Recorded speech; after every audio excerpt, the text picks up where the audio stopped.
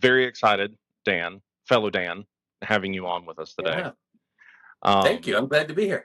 as I'm sure you've seen with the research on our show, we generally lean towards kind of filling the niche of addressing issues in EMS that are controversial, but also not as prolifically talked about in a organized fashion. There's a lot of people that will gripe and complain about things in EMS, but there's not a lot of solutions being offered.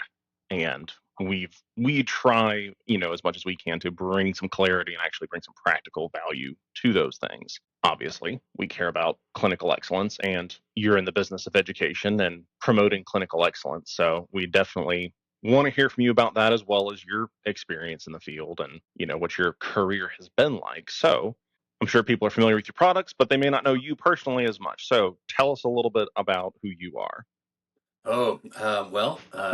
Dan Limmer, I started as a junior member of an ambulance squad a long time ago and have stayed in EMS in some way always through, practice and education through. I still am doing first response here in the fire department with in my city and still I consider myself an EMS nerd. I can't not do it. I love a good clinical case, especially a medical thing.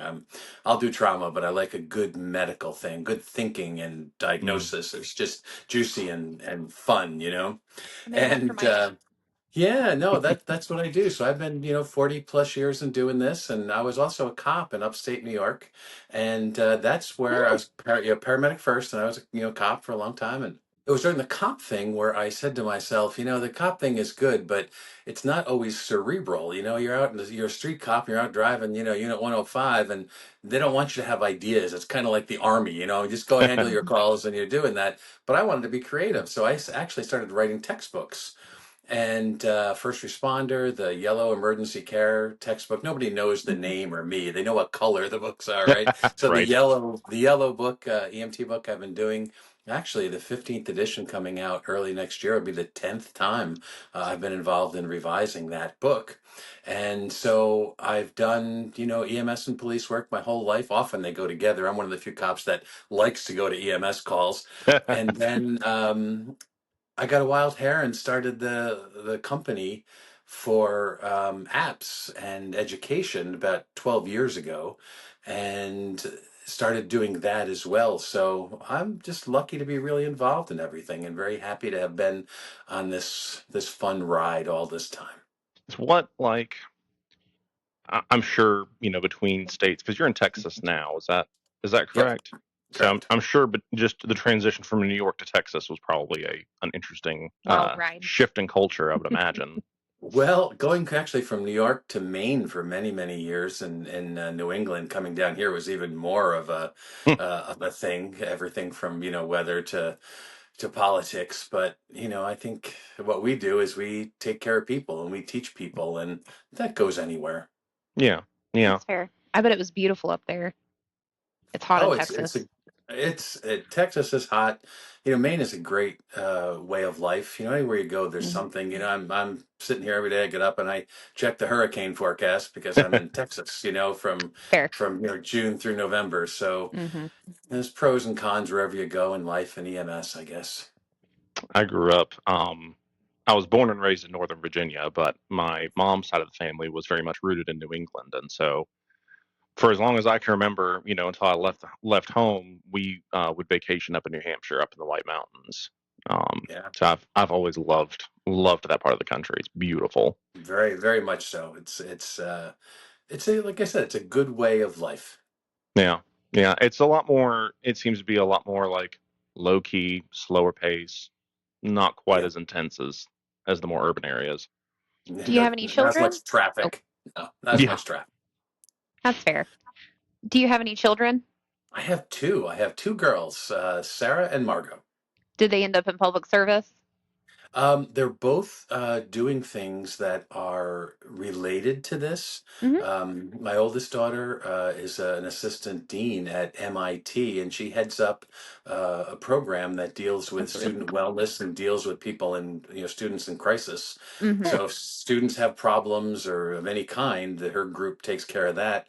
My youngest is an EMT, just took a AVOC course this past couple days, and Oh, she also works at a domestic violence shelter and does rape crisis stuff. So the responding to things appears to be very deep in the family. Hmm. I love I'm that very though. very proud of both of them. So, what's your in as far as education? What is more of your background? Obviously, you were interested in doing writing textbooks and so forth. Did you have the formal education and training, or excuse me, formal training and education, or you just kind of got a No, wild hair and decided to go do I was a dumb old street cop and paramedic who somehow did good. I think when it comes, if you were to say, if people that have been in a long time and they do it, it's in their heart somewhere. You know what I mean? It's so I say I was a dumb old street cop that wanted to do good, and I was a paramedic that was passionate about it, and it Mhm. kind of came out in the book thing. It just kind of evolved that way as a great opportunity. it? And that's really the story. I didn't finish my bachelor's degree. I mean, it took me like 30 years to finally, do that. I had an associate's degree and do that, but even that's more Mhm. psychology based. I just loved it and wanted to be creative, I think, more than anything else, and then found a place in the book biz. I've done for, well, Brady and Pearson, 18 or 19 products over the past 25, 30 years. Hmm. That's so cool. That's all stuff that I used in school and I tell all my students about as well. Yeah, no, it's a good thing. There's a, as a textbook author, you have a lot of potential influence. Hmm. And, for example, in the new edition of my EMT book, we added a whole bunch of new medications for the EMT, Zofran, acetaminophen, ibuprofen, glucagon, diphenhydramine, things that we looked at protocols all over the country. We talked to people, we went into the protocol apps and looked to see, and we have to leave that EMTB thing behind. You know what I mean? I'm so So excited for further questions. yeah. So, but what happens is that I also would never put that in the book. I've got a great team working with Mike O'Keefe and Ed Dickinson, brilliant physician Ed, and we look at it as a responsibility. We're not going to put something in to sell a book. We're going to put something in if we believe it improves practice and is what's going on. I look at it as a very big responsibility. It's something I'm passionate about, but it's also a responsibility, right? My job is to take the education standards and translate them into something that educators and students can look at and say, "Oh, that makes sense." That's really what the job is now. There's no curriculum, so Yeah. you're looking at our interpretation of the education standards. Absolutely. What I would say, at least locally, at least in my experience, what you are most known for is the National Registry test prep. Is kind of Yeah. the most common thing. Where did that come from? Where did that drive come from? And what's your I know you said you're not formally connected to National Registry, but what kind of interaction do you have with them to be able to provide that content that preps people so well? Well, I guess there's two questions there. The first one is, why did I do it? It's because I pretty much believe that you can do anything. And the truth is I got a wild hair.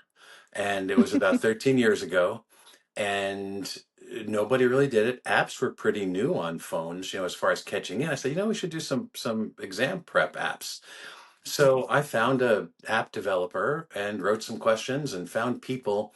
Part of our success is we always try and get people that have written for the National Registry to do our apps, right? So I found a couple people, we did them and did an EMT review and a paramedic review. And Hmm. my wife said, she said, "Are you going to do more apps?" And I said, "Why?"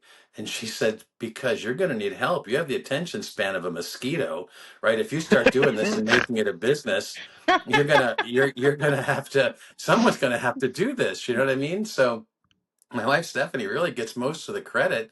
Limmer Education has 9 employees, eight and a half if you count me, and that you see me because of our social media and our design people, and we do that. So I just got a wild hair a long time ago, and that really is the story. I just said, this needs to be done, I'm going to do it. I don't have a lot of filters, I don't have a lot of inhibitions. I just said, we're going to try it, put some money into it, and see how it goes, and fortunately it's gone well.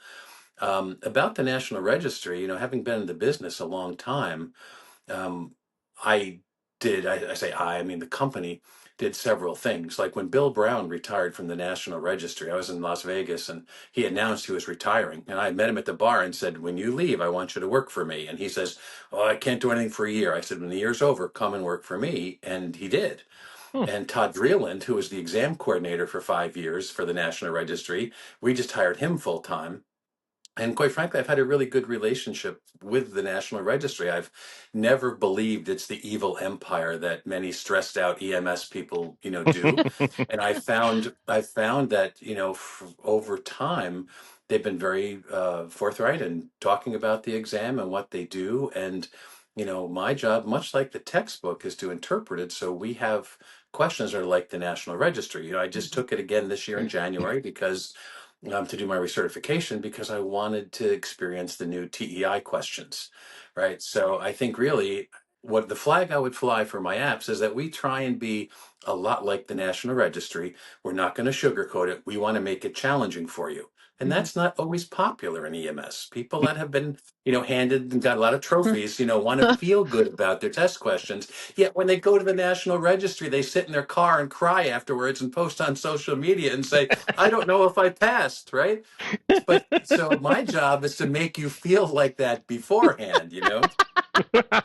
And Break you not, I down a mean, little we bit. have we have made people cry. I will say that we've toned that down, but we We want to we don't want to have good questions, right? We want to make you feel like the National Registry. We want to be responsible. We don't have a lot of flash. We just try and have good questions. Not gonna lie, I used the Limmer app for my National Registry paramedic prep, and then I 100% was the person that cried after my test. Yeah, yeah. A funny story about the Paramedic Pass app. Bill Brown, when he, retired from the registry as a director for 25 years, he started doing these apps. He wanted to prepare people, but he was special forces in Vietnam. He was Air Force pararescue. And Oh. he is tough. I mean, just generally tough. When he ran the registry, I mean, the registry it was tight and it was good. And he did audio recordings. And there was one recording where he said, if you didn't get that question right, why don't you just go apply at Hardee's? And that made people, we had to take that out. Um, we had to take that out because it upset people. But what he was doing was tough love. You know what I mean? Yeah. That's what he wanted. That's the way he worked. He was a tough guy. He believes people should prepare. Didn't always match the expectation of students, so we took the audios out and to put in written rationales. But um, That's so that's the way fantastic. we built. And so you should go work at Hardee's. And that's what we do is we just try and put out really good apps and good questions. If we don't make people scratch their head and feel like, oh no, that's what Hmm. everybody feels like at the registry, right? Hmm. Yeah. Yeah. That's our Well, job is to and prepare people. and I mean, with real patients, I mean, something that we frequently say in here is patients don't read the textbook. They, don't have classic presentations. So having that ability to think through and process, test questions, but also in real life is going to be more beneficial. Well, I think that oh, sorry, Dan. no, you go ahead. There's this thing where educators tell students horrible things. Educators take it's like if you're walking a dog and the dog senses that you're scared, the dog is going to be scared, right? Hmm. Well, educators take their feelings of the National Registry and they put it out to their students. And when people are out on doing their clinicals, oh, the National Registry is a money grab. They try and trick you, blah blah blah. And it's not like the street at all. You have to learn some whole other thing to take the registry, and that's none of that's true at all. Just like you Hmm. said, patients don't present and patients don't always tell you what you need and that you have to figure out what's important. Well, it's really what the National Registry does. It's not voodoo. It's just demanding. It shouldn't be an easy test to come in and be an EMT or paramedic. It should be a little demanding because of what we have to do. I've beat this drum for a while that we need a higher barrier to entry into this field. We need to make it harder for people to get in, not because we're, being sadistic about it, but you want people to come in that want to be here Hmm. and that want to do well by their patients. So I'm personally all for making it harder. Granted, I'm maybe a little more confrontational than some people, but you know, I'm all for Well, that the because people it's a throw hard up job. the Yeah, people throw up the paramedic shortage, and what do you do? And I don't think the answer is making it easier. I think, Mm-mm. I think we can recruit people. I think we, as you've talked about in a prior podcast, eat our young. You know, we don't treat people well. We don't train supervisors. We vote on who our company officers are in some organizations. And it's more of a club, and we don't take care of people. People will stay where they're taken care of. I think that's Yes. a lot of the big thing, and um, that is more of the issue, I think, than anything else. I think we have to treat the profession well. We have to become more together. You know, Mhm. why does nursing and physicians groups and PA groups and physical therapy and pharmacy that are now, you know, somewhat doctorates, right? The DPT and the PharmD, they have lobbies. They stick together. They go out and they stick up for themselves. We're too busy, you know, fighting, you know, fire service versus healthcare and all the other arguments we have. And there's no, we're not together. We need a common enemy to bring us all together and develop a national voice to be able to do that. And I think that's a really big part of our issue, right from recruitment and retention to keeping people to pay, is that we've got to come together and develop a national voice. And I think that's lacking. I I mean, love that your thought process is right there with us. That's exactly kind of the stuff that we think along the lines. I think my favorite quote when it comes to like retention and everything, you see it a lot, is train people so they can leave, treat them so they don't. Yeah. And a lot of places don't do that. Yeah. well, and quality is going to follow quality. Hmm. People that have a high standard for themselves want to work in an organization that holds people to a higher standard, Hmm. and that do it fairly. Obviously, there's right and wrong ways to do that, but I think the unfortunate effort to dumb down the job, whether regardless of at what point that happens, I think just in general, the lowest common denominator approach to protocols, to training, I think is a complete misnomer. And I think that we have brought this on ourselves Hmm. because we haven't maintained those high standards. We want butts and seats. We don't care about quality as much. Do you see, I know obviously, what you said earlier about, pushing to expand the scope of practice for EMTs and medics. Do you see that trend happening on a national or national registry level, or are we still a little ways away from that? I think the first thing is that we have to realize that this is going to be more of an most likely evolutionary rather than revolutionary process. And in the short attention span crowd that we have, that's painful, right? We want to do Yeah. it. If we were Hmm. physicians or nurses that have been around for hundreds of years and have the juice that comes with being around for hundreds of years, I think that we'd be a little bit different, you know, in that category. That being said, in 2005, in the prior scope of practice, when they were working on coming out with the education standards in '09, the scope of practice then was EMR, EMT, Hmm. paramedic, and advanced practice paramedic. Hmm. And everyone said, this is 20 years ago, oh, there's no credibility in the industry and everything else. And Greg Margolis and some other people that I think are very brilliant and have big influence on EMS today, back then, put that together. And everybody said, no, no, no. But what happens now? Well, now we have mobile integrated healthcare. You know, now we have people going out and doing more things. And that's evolved over 20 to 25 years. When in 2005, when that scope of practice and the core content documents came out before the new education standards, everyone said that's not possible. You know, we don't have that. You know, and I think, quite frankly, that was visionary. And I think mobile integrated healthcare is a way to step up. Obviously, we have funding issues with that, and otherwise, you know, yet we still have tremendous arguments on social media about whether EMTs diagnose, right? And we have, you know, We've seen those. like thinking is somehow restricted, right? You might not be able to push a particular med, but I'm pretty sure protocols don't say your thinking is limited, you know, and that's the problem that we have. So I think that this is evolutionary. I don't expect to see it in my lifetime, but I do think it will get there. The nature of the proliferation of PAs and nurse practitioners, Hmm. the needs of healthcare, everybody is struggling. It used to be nurses said paramedics can't work in the ER. The emergency nurses and the nursing association says no, it's taking our jobs. And now it's like, well, we can't get a lot of people, so let's let the EMTs and the medics now in the emergency department to work in their scope. So if you look at where we've been, you say to yourself, Yeah, we're getting there. If you look at where we are now and where we want to be, then you can see that there's things missing. So I think you have to look at the big picture and then say, what can I do today to be able to further that, right? What can I do rather than sitting around and saying, the whole one of the things that we were talking about, like the degree concept, right? The fire service came out and said, we're not against this. We want a course and get people in there. And for the record, I'm a fan of the fire service. I am jealous Hmm. of the camaraderie and the political clout they have.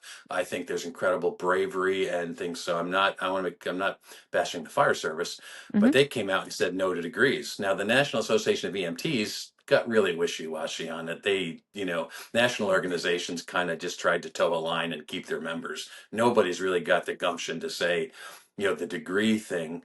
But what I would say to somebody listening to this is whether it's the degree or not, you get the degree. You further yourself. That's your way that we further EMS, right? And then we look at what we want 10 years from now and miss what we have now. I personally think degrees um, are a good thing.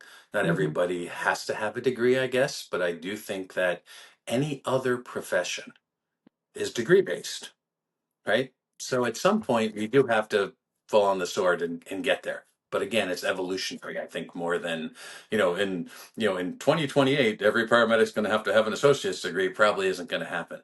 But Yeah. look at where we've come with accreditation of paramedic programs, now going to AEMT programs. Hmm. All those things. We're moving forward, but when you're in the middle of it, you want to be farther, right? So just be good. Be good to yourself, be good to EMS, and we will get there.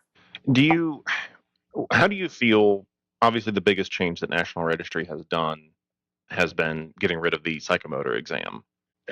Is that something that you feel is helping the situation ultimately, or is it a net neutral? What's your impression on that? Well, if you look at the reasons why the National Registry got rid of it, it's because it's unreliable, right? I think that's the first thing we have to say. The National Registry gets accredited themselves as a testing agency. They couldn't take a psychomotor exam like that and stay accredited because it's so unreliable.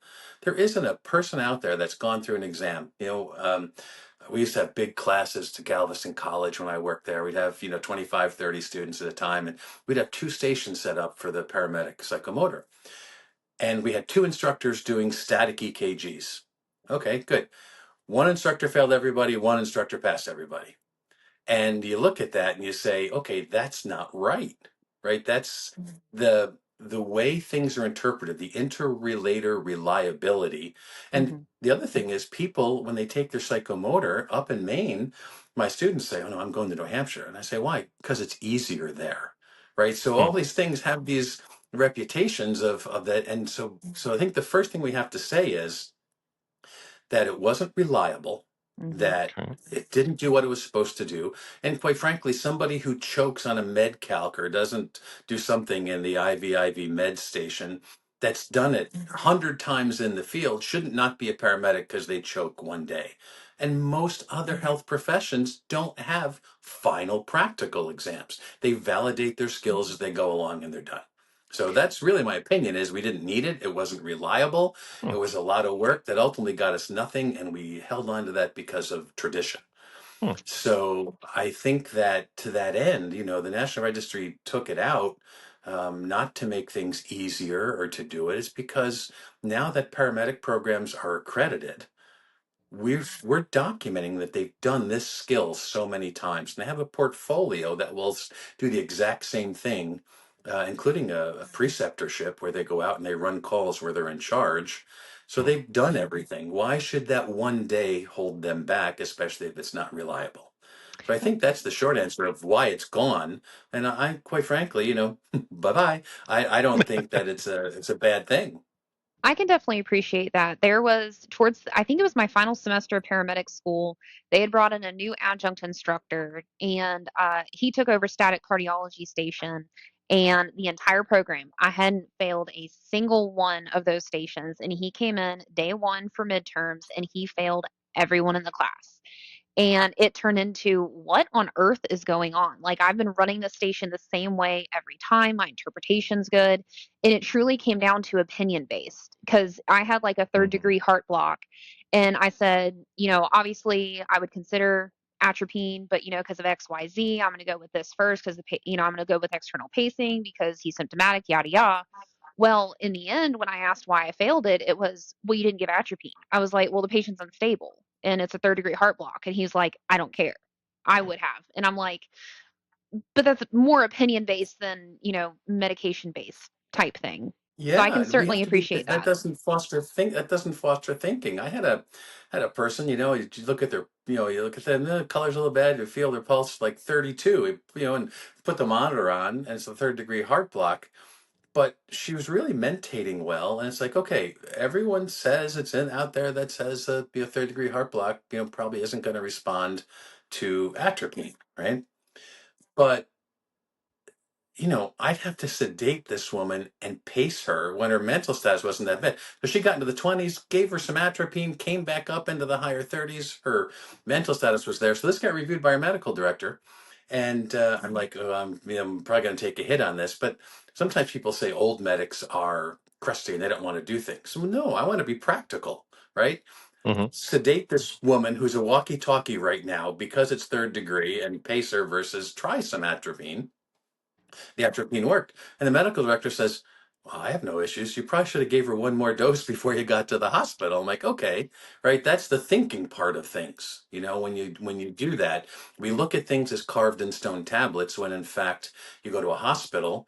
If where you are right now, you go to the hospital, the same problem that I go to the hospital in Texas, it might be treated differently, and that's okay. Both are successful, but in EMS, we seem like we have to have this rigidity in the way that we think and do things, and it's the practice of EMS. We need to mature and get to that point. Certainly. Do you think that, kind of cycling back to the degree question, because obviously, like you say, every service is different. The needs of each patient's different. You shouldn't have a cookbook mentality towards medicine, in my opinion, at all. You're going to need to borrow from several protocols for a patient most of the time. Hmm. Yeah, Um, as far as this is kind of a two-pronged question. Do you think that going the route of EMS getting degrees, do you think that that is kind of a like missing component that will get us to better pay, more respect as an industry, overall better benefits as a profession? And also, would switching to predominantly degrees help with unifying our education more and actually raising the bar across the board for both EMT and especially paramedic education? it's a bit of a chicken and an egg thing, but I'm going to start by saying yes, I do believe that degrees would advance us. There are people that say, why should I get a degree when I'm making 15, 26 an hour? Right. And I can, make more working at Hardee's, right? Or, Right. whatever. But it's chicken and the egg. We have to look at ourselves and say, how do we make ourselves better? Right? Nursing and medicine didn't make themselves better by pity, right? Oh, if we feel bad for us, we don't make money. They went out and they got degrees. The Memorial Hospital School of Nursing, which came out with a diploma, eventually became an associate's degree, and now a BSN is really the standard. To go out there and fully practice as a nurse, right? I think it's right to be able to do that. Now, do I have people coming in my paramedic class that have been, downsized or out of business that say I'm gonna go back to EMS and have a master's degree? Okay. And do I have people that want the fire department job that, want the card so they can get the job? Yeah. Do we have people still that volunteer at EMS and aren't going to go get an associate's degree? And that's one of the issues. I've been a volunteer a lot of my life, and I support that. I support the fire service. I think there's Hmm. places for everybody. Yet our profession is different because we have people that are going out working full-time jobs and then volunteering in their community, and making a degree for that is challenging. So all that being said, the evolutionary process says, yeah, I think we really do need to get there if we want to make a profession, if we want to say that we need more money, if we want to get, funding from the government, if we want to do any type of advanced practice. But don't forget the practicality of a degree. You get an associate's degree as a paramedic, and you can roll that in as a full junior into healthcare administration, into so many other degrees. And you know what? Someday your back is going to give out, or someday you're going to have enough of EMS, and you're going to say, gee, I wish I had a degree. Right. And that's the other thing. I don't want people to get degrees so they can get out of EMS, but the degrees benefit the person as well. Right. I finished my bachelor's degree, took fascinating courses on PTSD and biopsychology and things that make me a more rounded person. So if you take an associate's degree and you need a psych and a sociology and a speech class and a composition class and everything else, it helps you. I mean, it helps you. And then someday you may want to go on and be an educator or administrator, right? And remember, the fire service, who doesn't want degrees for paramedics, does want a degree to be a lieutenant or a captain on the engine, Mm-hmm. right? So Hmm. let's think about this, right? That leadership and bettering yourself involves education. Mm-hmm. So I don't make this a maybe. I want to be clear. I think that there's a lot of different situations and we need to put out paramedics. There's no doubt about that. Mm-hmm. Do I believe that degrees are better for us as a whole now and 10 years from now? Yes. Do I think people put a lot of work into not always get the result today? Yes. You might Hmm. not get the money you want with the degree, but are we getting ourselves farther ahead? Yeah, I Mm-hmm. do think we are with that. Yeah. What are your thoughts on the hybrid programs that have popped up where they're doing, half of the class is done online and then sort of half is done just the hands-on portion in person? Do we have any data on how that's positively or negatively impacting both recruitment and retention? Yeah, we don't have a lot of data on much in education. We Hmm. don't know what, let's take paramedic. What skills before you start your class make a good paramedic? Nobody knows, right? Hmm. How much time should you spend as an EMT before a paramedic, or can you just go on, right? We don't Hmm. have a lot of data on that. There's been some posters, presentations on it, and some things over time, but there's a lot of things we don't know about education. Hmm. Now, I'll also say is what people want and what they need are two different things. People want convenience, Hmm. but they also want to feel like they're being taught. They Hmm. don't want a thing where you got to go and look at a slide presentation and read your book and that's teach yourself. Ultimately, people don't want that, and many times it's not successful. Yeah. Hmm. Many states require places to educational institutions to put their pass rates online or post them by state. Hmm. Texas and Florida do that. And we can also look at states and see where the best registry results are. But I think that what we should really look for first is quality. And we Hmm. should also, people should take a realistic approach. There's no easy way to become an EMT and pass the National Registry. If Hmm. you're taking a hybrid class because you think it's easy and it's a path of least resistance, I think you will probably fail. But Hmm. if you do it and you want to be an EMT, right, you're getting your pre-med courses or taking organic chemistry and stuff, you could take a hybrid class and probably pass it. Then I'll also say some hybrid, and there's so many definitions of hybrid, right? Hmm. True. The True. post COVID educational landscape is a wasteland. Yeah. People are coming in from high school minimally prepared. Colleges are now switching to 8-week classes, which don't have the same content as a 16-week class. The bar post COVID has been lowered horribly. And I think that affects us, as well. I took a lot of 8-week classes, and unless they were really easy, I didn't think they were 16 weeks worth of work. But we're going for feelings and what people want. But what they want and what they need are different. So that being said, depends on the quality of the school. You can go to a good school. Like I work for NMETC up in Massachusetts, Yep. and I do some innovation and videos and stuff for them. They've got a 99% pass rate for their hybrid paramedic. They learn Hmm. online, but it's all videos and it's structured. Then you come in for a boot camp and you go through and do your skills and you do your clinicals. And Hmm. they're like 98, 99% pass rate. Hmm. But not all are together, right? Not all of them are like Hmm. that.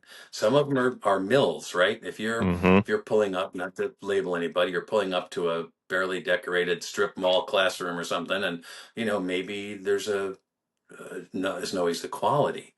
Hmm. So students should figure out who they are.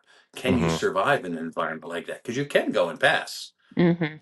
but there's a big difference in the quality in the programs. And hybrid, right? I personally think that if you go 1 day a week and you do active learning, the flipped kind of thing, and you have structure and video. So actually, not to do too much of a plug, but Limmer Education has a product where I do 60 lectures and have a lesson plan where you can have a 1 day a week class, and I'll do some of the teaching in the beginning, and then I give the instructors the material, how you can do group activities, patient assessments, and other things to do it. So I think it's how it's done more than anything else, and that students go for a good fit. Hybrid education can work. Pitt now has a distance PA program. My good friend and longtime EMS advocate and good guy, Tom Platt, is at Pitt, and he was telling me about you can take PA now distance. They're in their second or third year getting their accreditation, but you go to Pittsburgh, like 6 times over the couple of years, do your clinicals around the country, and they do that. Nurse practitioner programs. How many online nurse practitioner programs are there? Mhm. So why can't we? Attention span, Mhm. quality, and things like that are what hold us back. And Well, that's sorry. no, I was gonna say I feel like PA programs and the like are a lot more picky about who they let in They are. because there's a heavier interview process for that, and so the people that they do let in want to be there, which leads back to what you were saying of it's more the quality of the student than the logistical setup of the program. Mhm. Yeah, they'll have a bachelor's degree coming in. I think a lot of the times getting an associate's and bachelor's degree, when you're interviewing people, it really just shows they have the attention span to finish something, right? Yeah, Mhm. And when you do that, it's a whole different person that comes, oh, I've got a degree. And I do, well, I did pretty well. I did it. You know, I don't care if you do it, 2 classes and it takes you 20 years, whatever. You keep your eye on the ball and you get a degree. It means you've got a little bit of gumption. And yeah, that's the Mhm. other thing that it really tells you about a person. And the nurse practitioners and the PAs, yeah, it's a different thing. And I mean, there's a lot of programs that don't ever fill their classes, so they take whoever comes along, hmm, Mhm. right? And I really think COA in the paramedic program looks at retention, Mhm. right? Taking people in is one thing, but keeping them and graduating them is another. So that yeah, retention rate is also really important to look at. I think that's definitely something that we see around this area. So in the upstate of South Carolina, there's so many program variability. Anywhere from a 5-week EMT academy at, a local place, business, all the way to the community colleges have 16 weeks. Paramedic school is anywhere from year and a half, all the way down to there's one program that's trying to do it in 26 months. And yes, in some ways, I believe length of time matters. I think EMT in 5 weeks is difficult. It's a ton of information, it's quality, it's how much hands on time, etc. But when you look at, teaching cardiology in 2 days and then not teaching pharmacology at all and saying good luck, a lot of these programs are publishing their graduation like pass rates like, hey, 8 students passed our class and 8 students got nationally certified. But what a lot of programs aren't sharing is their attrition rates. And if your attrition They rate started with is, 42. yes, yeah, and it's like, okay, but that right there speaks to the quality of the program. And if your attrition rate is horrific, if it's more than the 10 to 20% that we normally expect because of, just general life grades, etc., like there's a problem here. Yeah. I agree with you with the hybrid, depending on how it's done, but I feel like length of program also plays into it. I could not imagine doing paramedic in 26 months and being more than a textbook clinician. You know what I mean? 26 months or 26 weeks. 26 weeks.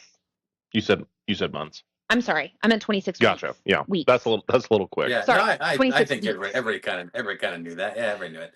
Yes. Yeah, but like I said, it's expectations, right? Mhm. And it comes down to the student who takes the easy way out. I want to get through this quickly. Mhm. It may be a passionate person, or maybe a person who thinks that they can do it, easily.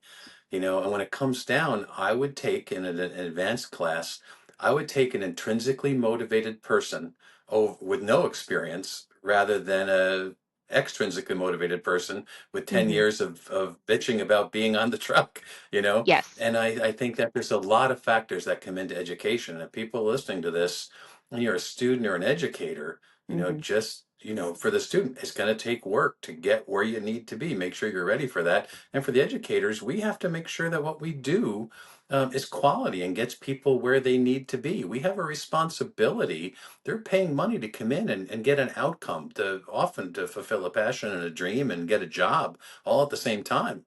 Mhm. It's a big responsibility for us as educators to do that. And I think we also have the ability in our EMT classes to hook people, to show our passion. Mhm. I had a high school class of 8 people, and 4 of them are now paramedics. Hmm. That's And awesome. because I think if anything, I go in and tell them that I love EMS and we have fun Mhm. and we do stuff. We create an environment. There's so many parts of education besides the books and the hopefully not too many slides, but I Mhm. think that there's educators that can go out there and they're going to take their EMTs, people coming in because, oh, it's something to do, or maybe I'll Mhm. take it before I go into nursing school, or I want to have clinical experience before I become a doctor, and we hook them. Mhm. We make them love EMS. We make them want to go on and keep on with AEMT and paramedic.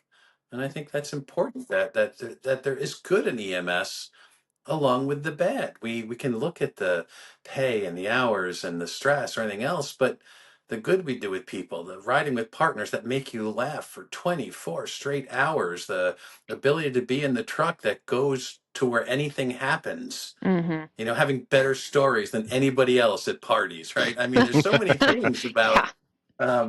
HIPAA sensitive, of course, Of Mhm. course, but yeah. there are there are good things, right? And I think feeling those and sharing those is important, and sometimes it's elusive in the day to day stuff of what we do. This brings up kind of an interesting, I wouldn't even say sidebar, but something that I have been chewing on, and I don't feel like even I have a solid answer on this, and I've been thinking about it for like the last year. You look at any profession, whether it's fire, law enforcement, physicians.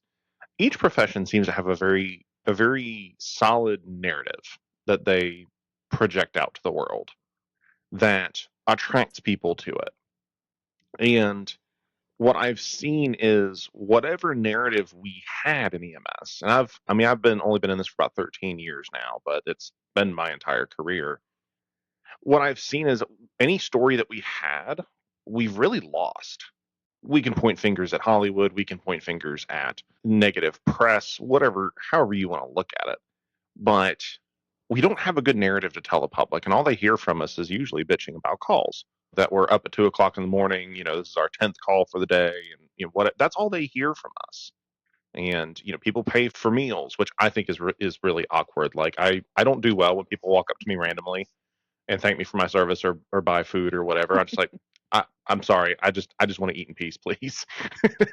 But Yeah. do you feel that there's a narrative shift that we need to take control of to draw in more quality people and not just strays that people are like, oh, well, let me just go try this out, but like people are really drawn to it? What kind of narrative should we be telling people?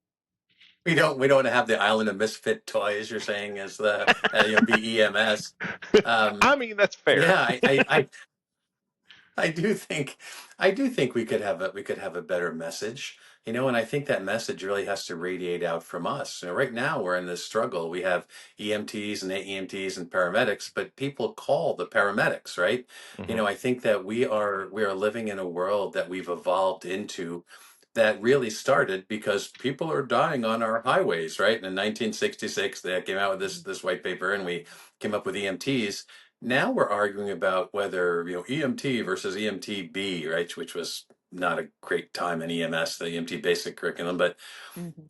other places you're a paramedic or an advanced paramedic. I think first thing we should get our nomenclature right. People are fighting everybody being paramedics, but if we gave EMTs the difference between AEMT and AEMT in many places really isn't that much.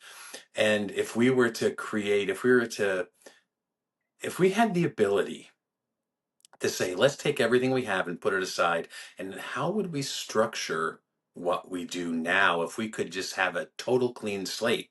we probably wouldn't have all these names. We wouldn't have all of these, well, I'm just an EMT, right? We'd have more things. So I think the message has to come from within. I actually think it would be okay if we had paramedics and advanced paramedics like, like Canada does, or, Hmm. like that. I think that our nomenclatures and our story and our low pay at EMT, the workforce pretty much turns over every 3 to 4 years, in Mhm. EMS. I mean, we lose so many people. And with that, we don't have any organizational memory or history. People like you being in, 13 years, and me being in A little more than that. mid 40s now, 40 years. I started when I was 6, so that's how that happened. The the organizational memory there holds us back, and both isn't there. We have to remember where we are, right? Yeah. After 9/11, everybody was a hero, right? We Mhm. have EMS Hmm. has no common enemy, Yeah. right? We kind of fight ourselves. And Yeah. I really think that, our national organizations do some, but I think that we don't have a strong voice like the nursing associations and the physicians groups, like Mhm. the AMA. We just don't have it. No disrespect to NAEMT, but we do need to pump up the volume more, right? Mhm. Hmm. Every April, have an EMS on the Hill Day is one day. We need Mhm. more. Yeah. We need to have a stronger voice now. The IAFF, the fire chiefs. Mhm. Everyone listens to them, right? Mhm. But we're in a spot where we don't have that. So I think we have to find our voice from within and bring it out. No one's going to do it for us. Mhm. And I Yes. think that involves nomenclature. I think that involves, getting us together. Yeah, more pay and whatever. But the chicken and the egg, we can sit here for another 100 years and say, I'm not going to get a degree because you're not paying us. Well, we're not paying you because you don't get a degree. And we can have that circular argument for a Hmm. long time until Mhm. we decide we are important, until Yep. we say, Mhm. I'm a paramedic. It's an important. I'm going to stand on the rooftop or the mountaintop. And I'm going to spread the word about how important we are and how we can go more into the healthcare system. Remember, Mhm. in the healthcare system, things always trickle down. Mhm. What right now, you can walk into an emergency department, have a nurse, a triage nurse, come in, order labs, decide whether you get a bed or sit in the lobby, and Mhm. ultimately make initial diagnosis and triage decisions, when Mhm. in 1970 Dixie McCall in emergency still had to wear a white dress and a hat.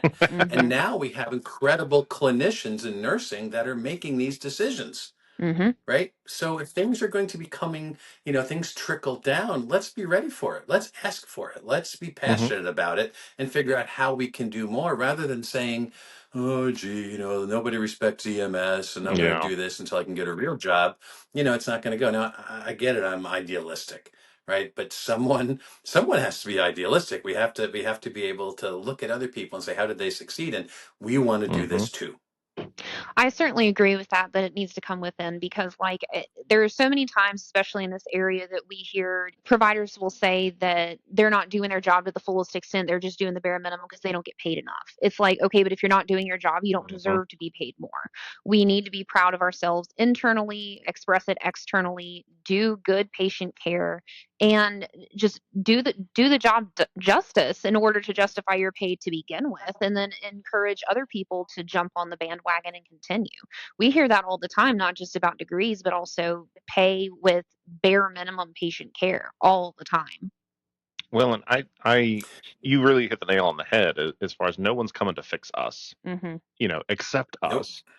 And I think that's one good thing that's come out of COVID for EMS and public service as a whole is we do have more of a voice now in the public space. We still need more legislative influence, but in the public voice, we now have the ability to influence so much, and most people are just pissing it away because if we all actually, because the more people we talk to, in the more the content that we've put out now over the last year and a half, Mhm.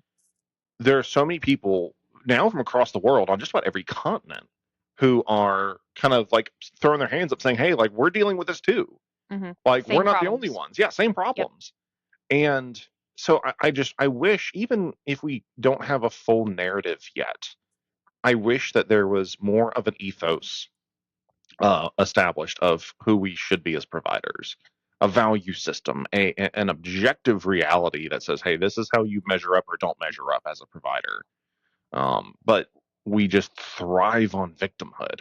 Mhm. We want to complain about everything, and a football player goes into cardiac arrest, and the only thing the EMS community is talking about is, oh well, the most important people there are the ones who are least paid. This is not helping us. Mhm. This is not a good narrative for us. We need to shift that and actually, you know, step up and better ourselves as individuals and as providers, Mhm. both clinically, personally, Yeah. leadership, all of it. Yeah, and the funny thing is, they're not wrong by saying that, but by Mm-mm. focusing on the money rather than the importance is where we lose, right? Mhm. That it really isn't, and I haven't always been full time. I've always been providing care one way, or another. I was like, even when I was a cop, I'd go on calls all the time. Probably the only one who enjoyed it, and would work EMS part time or work, EMS, full time at different things, taught full time. So, I Mhm. mean, I haven't been out for 40 years, lifting manual stretchers. I mean, I have to, Mm, first of all, admit that, I guess.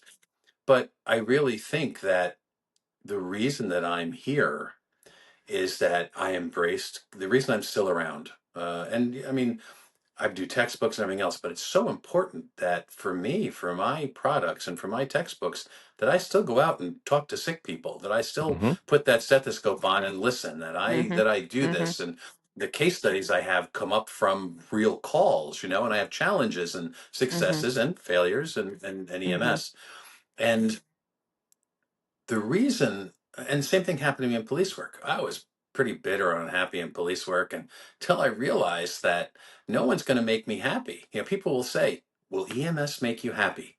I'll say no, and they go, Mhm. oh, and I say, "You've got to find a way to be happy in EMS." Mhm. mm-hmm, You don't go in and get some 511 pants and a job shirt and a name tag to stick on your thing and then a big bottle of happiness. Right, you're going to have bad days and long days and work holidays and do this. People aren't going to, give you a trophy all the time. You've got to find your place in EMS. You have to find your happiness Mhm. because it won't be delivered. I think a lot of people expect the lights and sirens and expect, traumas and really clinical, great calls, but you're putting people back in bed at 3 in the morning and you're doing other mm-hmm, stuff and it's not what you think. You've got to say, I'm out there doing good things for people. I'm going to treat people well. And when I put that person back in bed, I'm going to be confident that they just slipped and that there's no medical emergency causing it because I'm going to assess them and I'm going to Mhm. treat them like they're an important mm-hmm, person, like I would treat my grandmother. mm-hmm, Mhm. And that's how you find happiness is when you find your place and realize the good you're doing. If you expect happiness to somehow be magnetically attracted to you, it's not going to happen. Happiness and positivity radiates out. It doesn't come in ever. mm-hmm. It's Mhm. got to start inside and move out. And I think that's the reason that I can, jump in my truck or be on the truck and go to a call and say, I'm going to do good for people today. That's the reason I'm still here 40 something years later, is because I can't imagine not doing it. But Mm-hmm. most people don't get to that point for a number of reasons. And Mhm. I'll admit, I've been very fortunate in the business, but happiness comes from inside and satisfaction comes from inside. And Mm-hmm. I think that's what a lot of people miss is they expect it to come from outside, from lights and sirens and traumas and thank you Mhm. for your service and thinking Chicago fire is really the way it is. Oh, don't get me started on that one. Will make us happy. And it doesn't work that way. I think of all the instructor classes that I've taken, the intrinsic versus extrinsic like lessons that are often brought up in various courses and stuff was my favorite thing to learn because it really does put things into perspective, especially when you're teaching a new class, whether it's EMT, AEMT or a paramedic. And you're like, well, these people are, either questionably smart or smart and you're just like, but this person is super smart, but they're not doing things, they're not committed, yada yada. It's like, well, when you get to know them and you're like, well, why? What's happening? They're like, well, I have to be here. If you're looking for an external thing to motivate you and bring joy and everything, it's just not going to come. They're not going to put forth the effort to learn it, to enjoy it. They might do good patient care, but their behavior is not going to be there, their personality, connecting with patients, et cetera, versus the people that genuinely have the intrinsic desire to increase education, patient, outcomes, following up with patients, constantly improving. Those are certainly the best providers. Yeah, and you don't have to be a rock star. Doing Mhm. parts of those things, especially to start and figure it out, Mhm. whole concept of mentoring. I was so fortunate to grow up in EMS to the extent that I've grown up around amazing people. I Mhm. I am here on the shoulders of amazing people, right? And I've never forgotten that. Even in police work, I had some amazing training officers that let me go out and do things at my own pace, even though they could do it 10 times faster. And that's a Mhm. gift for someone, right? Mhm. So the whole concept of mentoring I'd throw into this too is because if you have a good example, you have somebody who shows you, you have someone that is there for you in the ups and the downs. Let's not forget about mentoring and what we can do as individuals on the truck or in the downtime between calls or whatever to mentor, to be there for people and help them find their way. I think a lot of people too, and I include myself in this. This took me, my entire life to really come to understand is there you really have three different kinds of people in the workforce, or three kinds of, I guess you could say, programming. You have your people who are craftsmen, who just love the job for the sake of the job. That's it. They just want to come in, run their calls, take care of their patients, go home. That's all they care about. And they're excellent at it. But then you have your people who are more mountain climbers. Yes, they enjoy the job, but they have their sights on other things and want to move up and progress, which EMS does not do a very good job of facilitating at all. The promotion standards are inconsistent at best, and the hiring process for those promotions is sketchy for the most part. He mentioned it earlier with like the voting and Yeah, everything else. like Yeah. it's awful. And then you've got your freedom fighters, your people that want to work just enough so that they can go off and say, fuck you, and live their life however. I actually used to work with one of those guys. He literally lived in a tent on a little piece of property that he owned. He'd work like enough shifts to pay his, phone bill and his car insurance, and that's it. He'd go off hiking and gallivanting across the world and was great with it. But anyway, I think a lot of people aren't sensitive to that. They're not aware of those kind of different levels of programming. And EMS really most benefits the craftsman because we need people that do the skills and take care of the patients, and we don't really offer anything for the other groups. And I think that leads to a lot of Not dissatisfaction yet, with. not yet. Yeah, I'm No, I just think I saying think as a you're general right. point. The mountain climbers, yeah, the mountain climbers want more protocols. They're the ones that say, "Boy, oh, in the other agency, you can do this, right? I want, why can't we do this?" Or, Right. and I think the mountain climbers, we have to, direct them to things like research. Hmm. Okay, Mhm. and if you want something, I teach at Central Washington University part time, and they're hello. Um, Sorry. We have a lot of cats. no, no, I Mr. know. Scoot. And we had a class, current topics and EMS, and everyone had to present a research article or whatever. And what I did when I took over this class is I had them as a capstone project with research that they've looked up and presented to the class, create a memo to their medical director asking for a protocol change. Hmm. And Ooh, that way you use research. And some of them actually have gotten it through. But the mountain climbers kind of have to cool. realize that you're not just going to be given new things, Oh Oh yeah. yeah. right? You've got to earn new things. You've got to show that. And one of the ways to do that is research. And a lot of the research in EMS, if you look at the Eagles, I was at the Eagles in Florida a couple of months ago, and a lot of the research, all the people talking about this are physicians. Mhm. And EMS should really be driving some of that research. There's nothing that says a medic or an EMT can't do a research project, can't even look retrospectively at charts and say, all right, well, I mean, look at, for example, blood and blood products now, how that has evolved our scope and how we've gone and done that. And a lot of that is based on research. Yeah, and some things research has kind of taken out, like, cooling the patients with saline and all the other stuff we use. So research drives that. I think the mountain climbers need to get into research. They need to take that energy and put it into something that's going to not only satiate them for that mountain climbing, but use that in a way to make EMS better. And quite frankly, research is the way to do that. And we have a nice organization with the Pre-Hospital Care Research Forum, and they do classes around the country and presentations at conferences and do an educational and a clinical research podcast every month.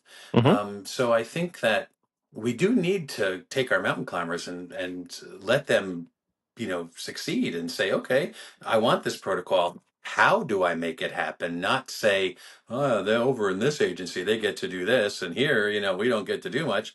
Hmm. Make the change, right? We Yep. we steer them, satiate them. Well, and I think a lot of mountain climbers too, and I would classify myself in this. EMS. I went into it thinking it was going to be my life. To a degree, it is.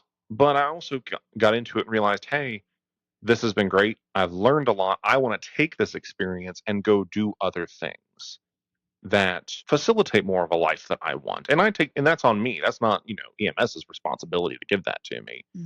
But I think a lot of people aren't aware of how they're programmed. And so they don't think, hey, I can go do research. I can go, push for better protocols. They think, well, I'm stuck. And that narrative gets pushed out to all the new hires. And so people come in thinking, well, if I don't get out now, I'm going to be stuck for forever. Hmm. So, fuck me. I need to go do something else. Well, and that leads to a lot of providers having side hustles as well. Well, and I guess that's kind of the vein of question I want to go down is you clearly have gone and been a mountain climber of your own. What pushed you to do more than just, oh, I just want to have a little side hustle to earn some extra cash and say, hey, like I want to actually make a difference in this field. What was that process, that transition like for you? I think that to a certain extent, you have to be a believer. Hmm. You have to say to yourself, I believe that I can do this, and I believe that this is needed. You have to have a certain amount of belief in what you do, or otherwise it's not going to work. I think you have to be a little bit um, uninhibited or less inhibited to be able to do the last thing I'll say, and that sometimes you have to take a risk. And Hmm. you can't be risk averse if you want to be an entrepreneur or if you want to change, make a big change. Anybody who's made a big change has had to make a stand. And that Hmm. involves risk. It involves risking your reputation. It can involve financial risk. It can involve, any number of things, your job and whatever. So I think those are things for me that I don't have the risk aversion. I'm one that's going to try something. I'm like, oh, I'll try and write a book. I'll, make some apps. I'll do that. And I was Hmm. very fortunate. I guess I was brought up that way. It's like, yeah, I believe that I can do it. I believe it's necessary. Hmm. So let's do it. Right. Most things that happen because of passion and because someone has found a need. And if you Hmm. can take that passion Yeah. and need and put it together, like now there used to be a lot of books out there. Now publishers are doing their big books, not doing the smaller books anymore. But Hmm. the thing in publishing used to be is that, if there's a need for something in a class, let's build it, right? Hmm. And then that also becomes a, financial model. We're working on, everyone's talking about AI and simulation, and Limmer Education's, doing the same thing. You've got to be able to get it out there, and in a crowded market, you've got to take a risk, Hmm. and you've got to try and build something better than others will build, right? When it comes down to business. So the business sense is something that's challenging as far as the entrepreneurs thing. Now everybody, as you said, has a side hustle. You might, if you're working at 24/48 or 48/96, you're out doing, landscaping, or you're an electrician, or you're a teacher, or you're doing something else, right? That's Hmm. not only necessity because of money, it's also because our schedules allow it, Hmm. right? So we have this. But to take something and make it your parachute, to make it your financial stability, to go and do really what we want. I want to keep doing EMS passionately, but I got to do something else because it fills those other needs we talked about. Hmm. Hmm. That's one of the challenges. My boss, Brad Newberry, up in Massachusetts at NMETC, is actually publishing a book next Wednesday. He's a brilliant entrepreneur. This guy just does things and they turn out great. His school is great. He does all kinds of things. He's a fire captain, in charge of a shift in Massachusetts. He just is an amazing guy. And he's doing a book on it. I'll give him a quick plug. I wish I remember the name of it. Brad Newberry is his name. And it's coming out, and he's writing a book on how to make your side hustle ultimately your success. And Hmm. I think not only financially, but I think also there's satiation, right? If you an EMS and you work EMS for 24 hours or whatever, and 12 hours, 24 hours, and then in between all you think about is EMS, right? You're going to be too focused, right? You need Hmm. something else in your life. Hmm. And I think that business is one of those things. We need to find balance, Hmm. and we're not good at balance. No. No, no, not But at all. Not at watch both of all. your faces. We're not good at balance at all. That's not us. We're not speaking from It's experience. it's not me. Oh, it's not. I struggle all the time. It's true. It's balance is not our thing. Well, so I It's don't know not. if this is slightly off topic, but I am highly interested in all of these textbooks and your textbook, the yellow book, and everything. Where can I find these? Oh, I've really got one big textbook out now. The Yellow Emergency Care book is through Pearson, through Okay. Brady. And we have actually a new edition coming out, the 15th edition, just after the first of the year, which I'm excited about. I started on the sixth edition, and now the 15th is coming out, and I'm excited about it. I think it's going to be a good edition. It's going to be modern, and I'm excited. Yeah, so Pearson Brady is where you can find it. Are you at all familiar with the EMS Agenda 2050? Has that been on your radar at all? Yes, I am. So what's Hmm. your Yep. thoughts on that? Well, I think when you read the first pages about the anaphylaxis and all this stuff, it has a little bit of a I'm dating myself here, but a science fiction Jetsons feel. You know what I mean? I watched Back reruns. 20 years ago, everyone thought that. Yeah, everyone thought that we're going to have flying cars and everything else. I think it's a big. I think it's a big swing. I think there's a lot of really good people that were on that committee. I think it's a big swing, and I think that it brings up a lot of things. I think it's very difficult to predict 20 or 30 years in the future, Hmm. especially Yeah. in these things. I think is good with that. I also wonder whether the government should be, looking at the future. We're still in NHTSA under the Department of Transportation. I mean, with some great people there, of course, and makes our education standards and whatever. I think it was a big swing. I think that it was good, but I think it's also difficult to predict technology. But I do think the people focus of it was really good because ultimately we do take Hmm. care of people, and no technology and no other thing is going to do that. The people centered approach is the part that I like about it most. People centered. I think the biggest thing, like what we were talking about earlier, is, hopefully by 2050 we'll be more degree driven amongst everything that's kind of uh, in that document, kind of giving us, shoot. Yeah, I think, What is the expression? Shoot yeah, for the stars. No, Shoot for the shoot for. stars and you'll end up out there somewhere. No, I think it's shoot for the moon, land amongst the stars. There we go. That Yeah. was the quote. that's it. Yeah. Um, Yeah, some of the some of the current spacecrafts are having some issues today, but yeah, I agree that if we don't take a big swing, we're never going to get there. But it's Hmm. Yeah. difficult to do when you do that, and in your heart you feel a little beaten down. Hmm. Again, and it's kind of coming full circle in this conversation, in that we want a revolutionary change in EMS, but ultimately it's going to be evolutionary. Hmm. Hmm. There's so many other things in orbit around us, and what's going on. Um, I think we want to see a lot of that change now, Hmm. Hmm. yet we're also very change resistant, right? Yes. So I Yeah. think that in my time in EMS, my EMT class was 81 hours. And not that I think hours are all that important. I think it's the way you use your hours as an educator that's most important when it comes down to that. Hmm. And you know, back under EMTB, Maine had a 117-hour EMT class. Florida had a 220-hour EMT class, and the National Registry pass rates were the same, Hmm. right? So it's how you use your hours and how Hmm. you go through, um, and do that. But I think we've come kind of full circle in this conversation, in Hmm. that way. Yeah. Hmm. Yeah. Well, I have a couple just shorter kind of, I guess you could say off the wall questions.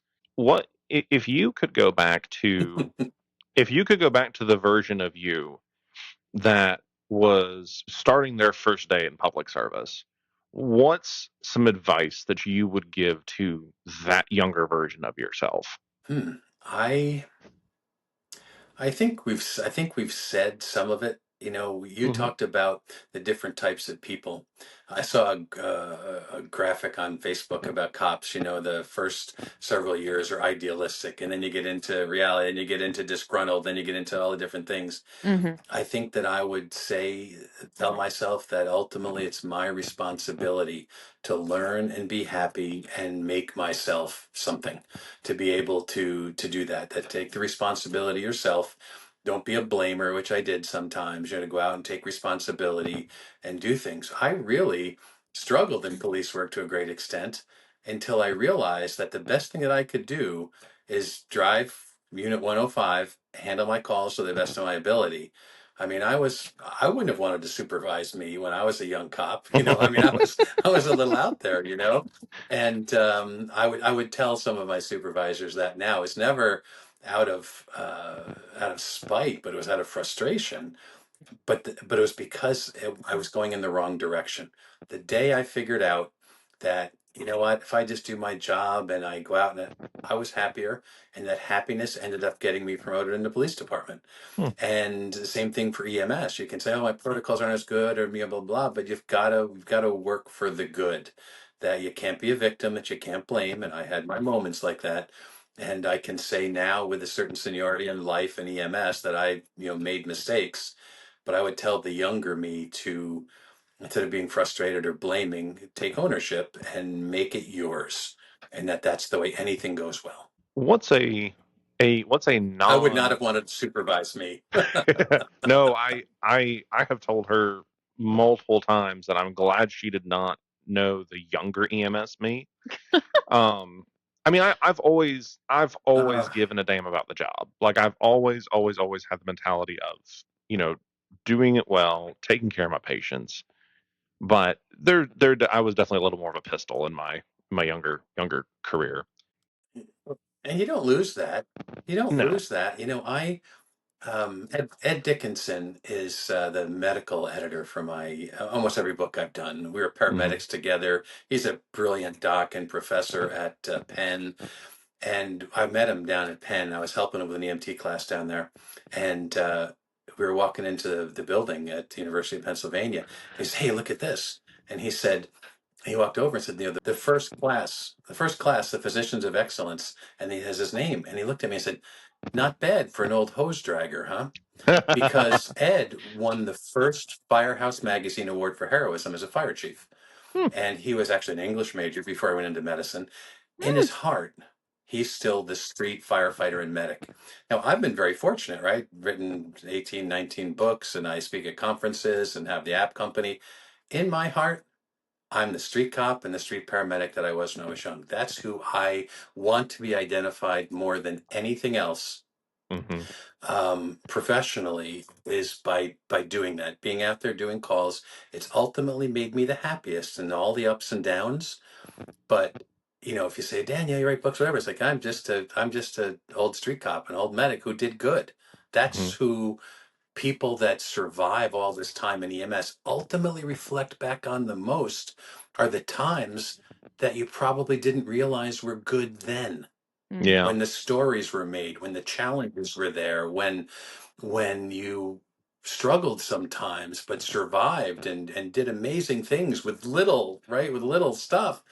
And I think that Ed and myself, I'm an old street cop and an old paramedic who did good. And I think that if we could tell people now how important those times would be to them, the things that they're doing, I think people would look at it very differently. I love that. What would you say is a book? And I'll condition this a non EMS book that dramatically shaped your life. Stephen Covey's Seven Habits of Highly Effective People. I've always heard good things about that book. I have yet And to read it.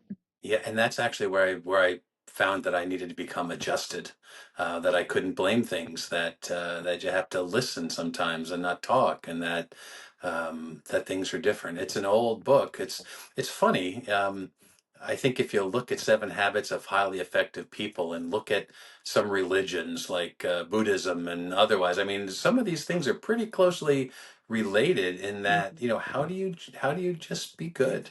How do you understand people? How do you react? How do you do things? It's still a timeless book. It was looked on as a little cultish, but it was that book at a time in my life when I needed guidance that did it Hmm. for me. That's awesome. I think I Hmm. actually have that on the shelf. I feel like we got that at the book warehouse. I think I'll have to go back and look. We're avid readers, Hmm. and we try to push out books to people that aren't necessarily EMS related, but are, like we talked about, we're responsible for saving ourselves and bettering ourselves. Hmm. And I believe that there's a lot of other industries, a lot of other people in other industries who have figured that out, who have figured out how to run companies and agencies effectively, how to better yourself effectively. And I think a lot of people don't have the attention span for it, but a lot of people just don't know. Hmm. And I think there's a lot of resources across the board for all of us that we need to push out more. So, not that EMS books aren't important. Obviously, you're an author, but I like to just kind And of I have a bring daughter in bring that. college, so buy the book. Sounds good.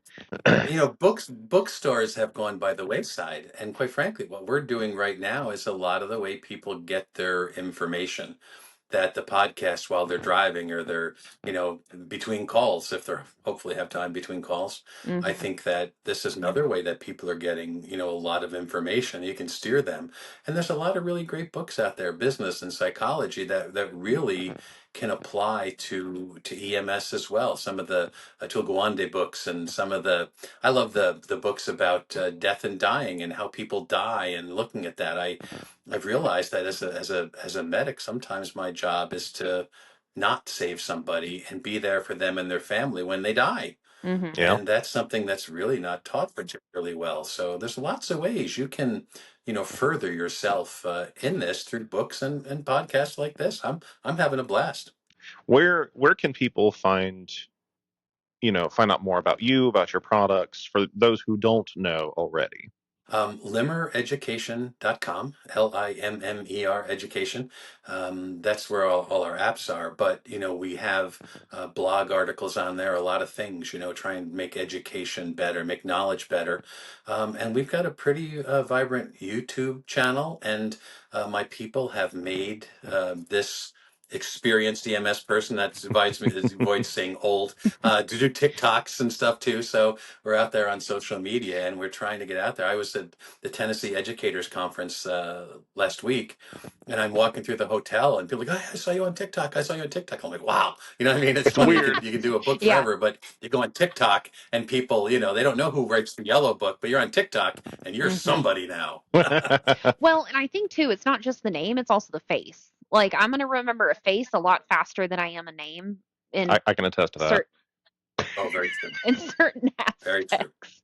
So it's definitely, I've always known of you, the products, etc. But like it's neat putting a face to a name. Well, Well, Dan, I'm thank you very very glad much that for we're your able to time. do this today. Hmm.